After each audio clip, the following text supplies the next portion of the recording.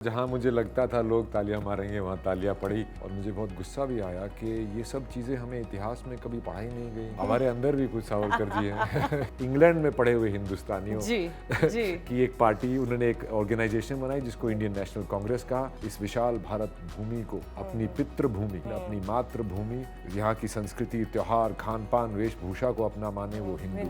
तो अगर वहाँ से जिहाद के नाम पे हमला हुआ तो ये उनके साथ लड़ेंगे या उनका साथ देंगे। पहली बार ऐसा हो रहा है कि किसी एक्टर से बात करी हो, ऐसा लग रहा है हिस्टोरियन से बात कर रही है। इसके बावजूद भी कई नैरेटिव बनाए जाएंगे पिक्चर आने के बाद, तो क्या रणदीप वो सब चीज़ों के लिए तैयार है? जी मैं बिल्कुल तैयार हूँ। कुछ तो लोग कहेंगे, लोगों का काम है कहना, पर मेरा ये कहना है कि एंटी प्रोपेगेंडा फिल्म है। वो प्रोपेगेंडा जो आपने सावरकर जी के लिए सालों से चलाया हुआ है। भारत की आज़ादी की लड़ाई के इतिहास को लेकर अक्सर नेताओं और हिस्टोरियंस के बीच में डिबेट चलती आई है। कभी महात्मा गांधी के स्ट्रगल को लेकर तो कभी सुभाष चंद्र बोस की लड़ाई को लेकर। मगर भारत को आज़ादी दिलाने में एक और नायक की भूमिका बहुत अहम मानी जाती है, जिनका नाम है वीर सावरकर।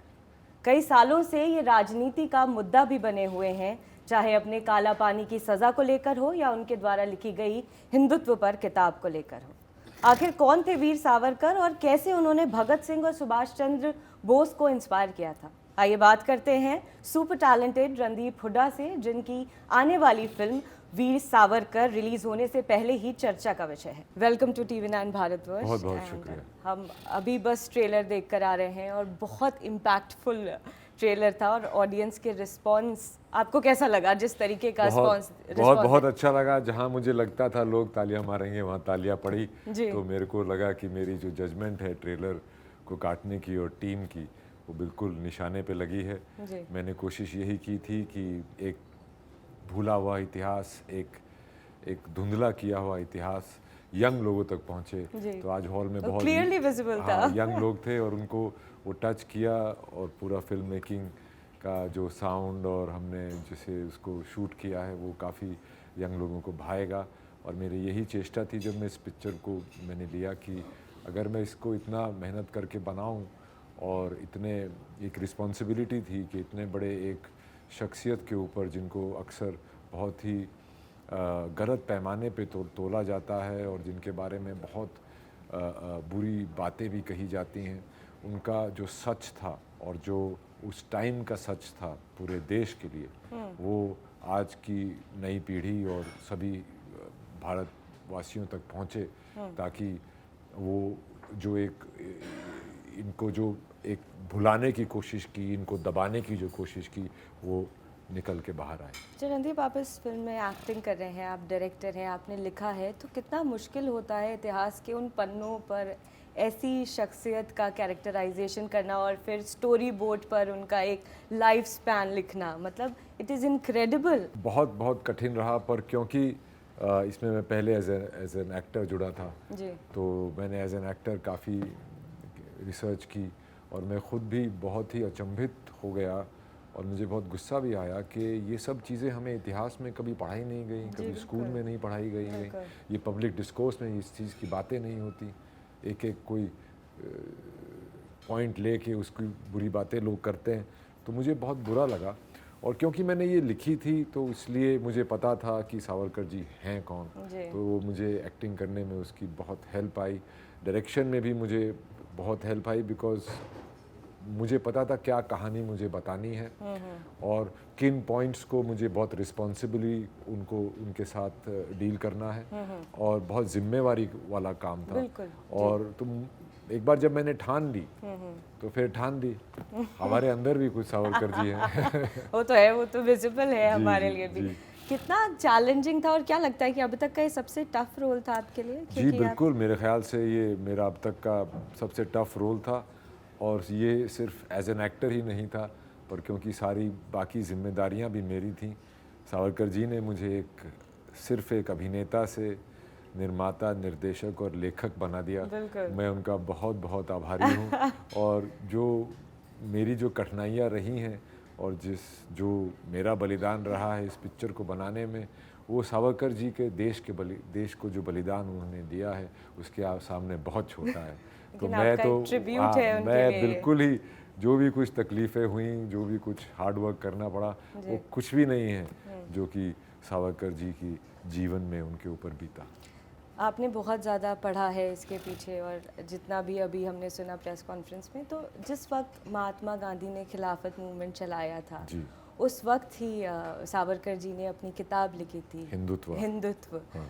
और कहीं ना कहीं क्या आपको लगता है कि इतिहासकारों ने वो जस्टिस नहीं किया कि रणदीप को आज वो पिक्चर बनानी पड़ रही है और लोगों को बताना पड़ रहा है, क्योंकि उनका जो विजन था, उनका जो एक देश को लेकर जो एक उनका जज्बा था, और जिस तरीके की वो भारत की कल्पना करते थे, ये बहुत ही एक फेड। अगर आप मुझसे पूछें तो अगर आपकी फिल्म नहीं होती तो शायद मैं खुद इतना नहीं पढ़ती। जब मैंने पढ़ा तो मैंने बहुत कुछ जाना। मैंने इसीलिए पिक्चर बनाई है ताकि लोग जाके पढ़ें और उनको सच्चाई पता चले। तो क्या कहेंगे उन इतिहासकारों से कि किस तरीके से पोर्ट्रेट, मतलब महात्मा गांधी का तो हमने देखिए क्या हुआ था कि 1895 में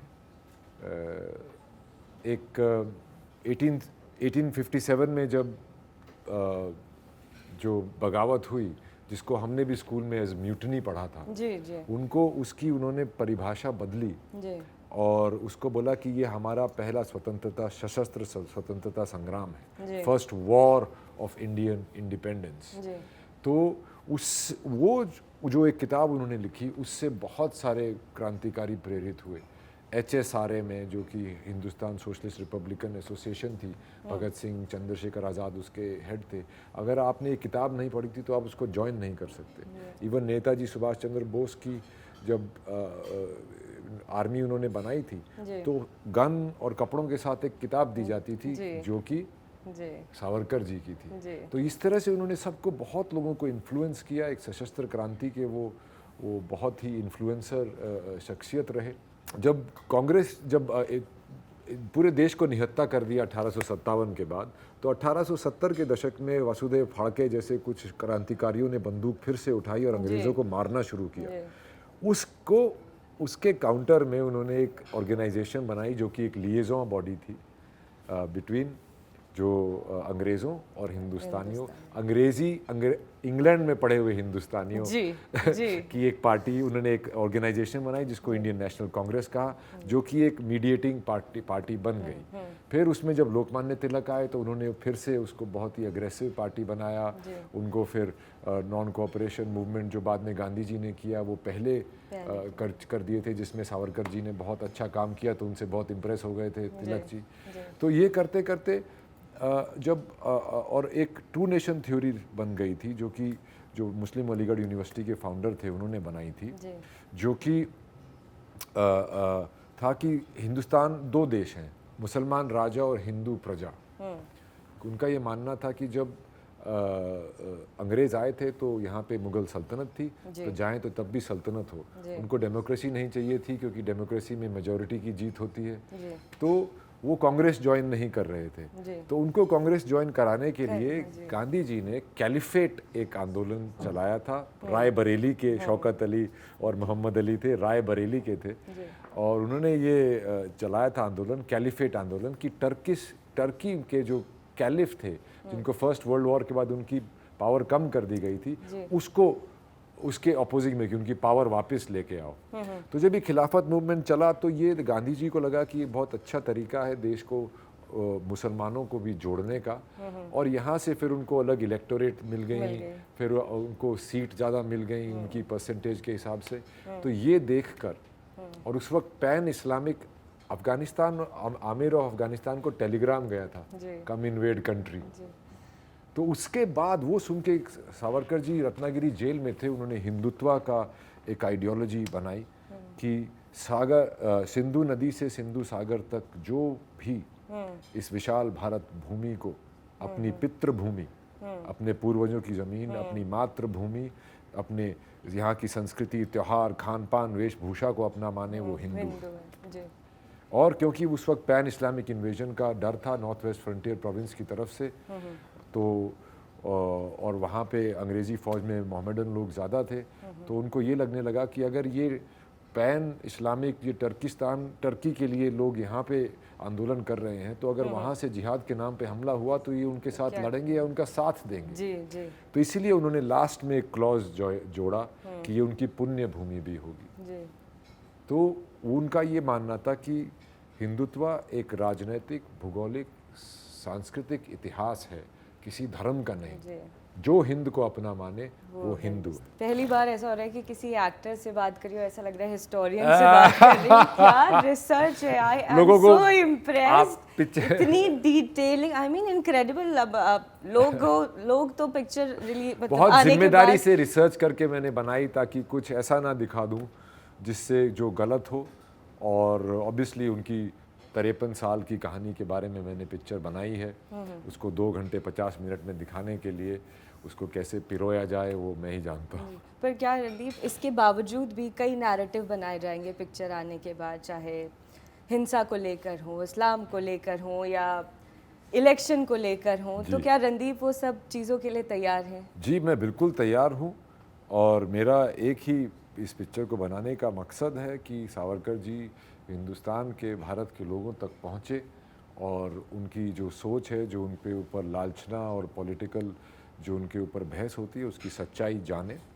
और ये प्रोपेगेंडा फिल्म अगर कुछ लोग बोलना चाहते हैं तो बिल्कुल बोलिए, पर मेरा ये कहना है कि एंटी प्रोपेगेंडा फिल्म है। वो प्रोपेगेंडा जो आपने सावरकर जी के लिए सालों से चलाया हुआ है, ये उसको तोड़ने के लिए है। क्योंकि उन्हें एक चेन मिल गई है, आर्टिकल 370 आई, मैं अटल हूँ आई, अब ये आ रही है इलेक्शन से पहले, तो कहीं ना कहीं वो ये पिक्चर तो पिछले 15 अगस्त को हम रिलीज करने वाले थे, क्योंकि स्वतंत्र वीर सावरकर की लोगों को समझाना मुश्किल है। देखिए कुछ तो लोग कहेंगे, लोगों का काम है कहना, हमारा काम है भी, हमारा काम है लोगों को बताना। जी। और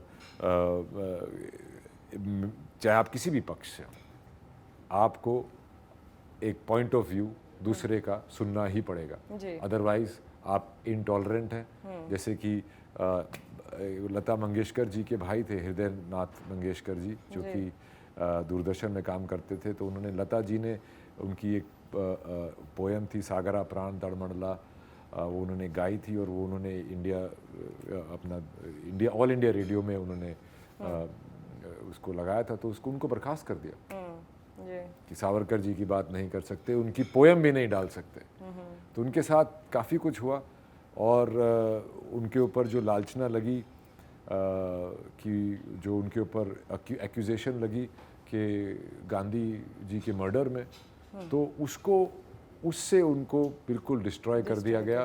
कोर्ट ने भी बोला कि सबूत तो छोड़ो, कोई कनेक्शन ही नहीं एस्टेब्लिश हो पा रहा है कि इसमें ये इन्वॉल्व थे। और उसकी वजह से मुस्लिम लीग पाकिस्तान चली गई थी, मुस्लिम लीग लीडर्स पाकिस्तान चले गए थे। और ये सावरकर जी, बिकॉज वो हिंदुत्व के, हिंदू महासभा के आइडियोलॉग थे, उनको एक्यूज़ करके उन्होंने हिंदू महासभा को विलीफाई कर दिया। कितने लाखों हिंदू पाकिस्तान से इंडिया आए थे, पार्टीशन सबने देखा था। तो हिंदू महासभा का एक वो फिर से बनने लगा था। पर सावरकर जी को अक्यूज़ करके उन्होंने हिंदू महासभा को डिस्ट्रॉय कर दिया ऑलमोस्ट।